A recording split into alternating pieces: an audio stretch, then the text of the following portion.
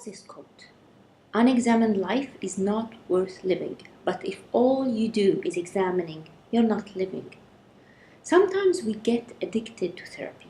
We fall in love with the process and lose sight of the destination, of why we initiated this process in the first place. Journaling is a great tool for stress reduction, venting, and self-examination. I use it all the time and I recommend it all the time. Yet if all what we do is journaling, we are falling into the victimhood trap. We allow self-pity to engulf our life and blind us from the real meaning of being alive. Regardless how unappealing or challenging our life is, there is always light at the end of the tunnel. We just need to keep walking. With depression being one of the most diagnosed illnesses in our century, we need to stop and reconsider our approaches. Journals, self-help books, meditation CDs, and yoga classes, they are everywhere. Yet they did so little towards the reduction of the rate of depression.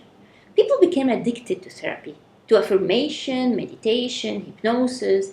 Unfortunately, these valuable tools became band-aids that cover the wound yet rarely affect healing. They became symptomatic relief, like the hundreds of prescription medication packing the shelves of the pharmacies and drugstores. These tools sold the myth that life will somehow fall into place if we envision the happy ending, and magic will appear if we just weave our wand. Yes, we should read self-help books. Yes, we should initiate therapy, especially if we need it. Yes, we need coaches and journaling, and sometimes yoga classes are useful, or meditation. It's one of the most effective tools, breathing and all these tools. Yet, there is no guaranteed result. And yet, these tools are useless if we do not actually engage into action, if they compel us to withdraw from life and not engage in real active steps, real active plans. This is life with all its goods and bads and ugly, with all its joys, sorrows, and challenges. We can't pick and choose from the menu. We just have to do our part. Keep moving, keep working, and most importantly, keep praying. Surrendering the result is not always easy. I, for one, have a really hard time embracing ambiguity. I need to know, yet ambiguity is part of the package. For years, life seemed to remind me of this verse over and over again, so that you do not fall into despair over what has escaped you, nor overexult over what you have been given. And now that I finally got its meaning, I keep it in my heart all the time. It doesn't ask you to suppress your joy or avoid pleasures, nor does it expect you to never experience sadness, frustration, anger, or pain.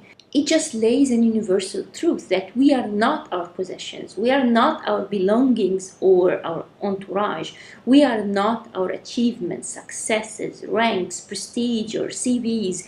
It is good to experience these. It is great to enjoy them, yet never let yourself be attracted and attached to them. Life requires us to work, to strive. It requires courage to keep going. It requires momentum. Meanwhile, it also requires patience, flexibility, and bravery. So, dear friends, don't get trapped in therapy. I know I advocate journaling all the time, and I still do. I advocate breathing exercise and meditation all the time, and I still do. Whatever therapy represents to you, don't let it blind you from real life.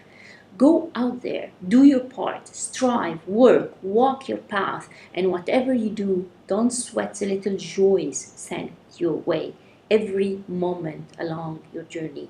And whatever you do, keep walking and keep praying.